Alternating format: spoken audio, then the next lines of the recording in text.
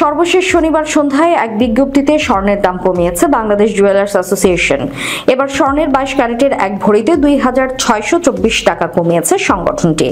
নতুন দাম অনুযায়ী প্রতি ভরি 22 ক্যারেটের স্বর্ণের দাম পড়বে 1,48,343 টাকা। এছাড়া 21 ক্যারেটের প্রতি ভরি 1,21,601 টাকা, 18 ক্যারেটের প্রতি ভরি 1,21,376 টাকা এবং সনাতন পদ্ধতির প্রতি ভরি স্বর্ণের দাম 99,890 টাকা নির্ধারণ করা হয়েছে।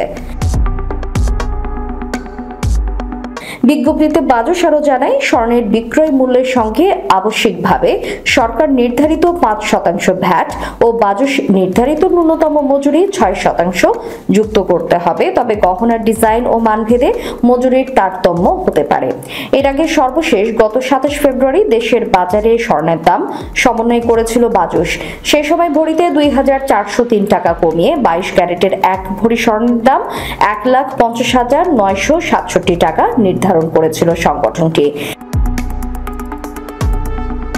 এছাড়া 21 ক্যারেটের প্রতি ভরি 1,44,098 টাকা, 18 ক্যারেটের প্রতি ভরি 1,23,511 টাকা এবং সনাতন পদ্ধতির প্রতি ভরি স্বর্ণের দাম 1,01,722 টাকা নির্ধারণ করা হয়েছিল, যা কার্যকর হয়েছিল গত 28 ফেব্রুয়ারি থেকে।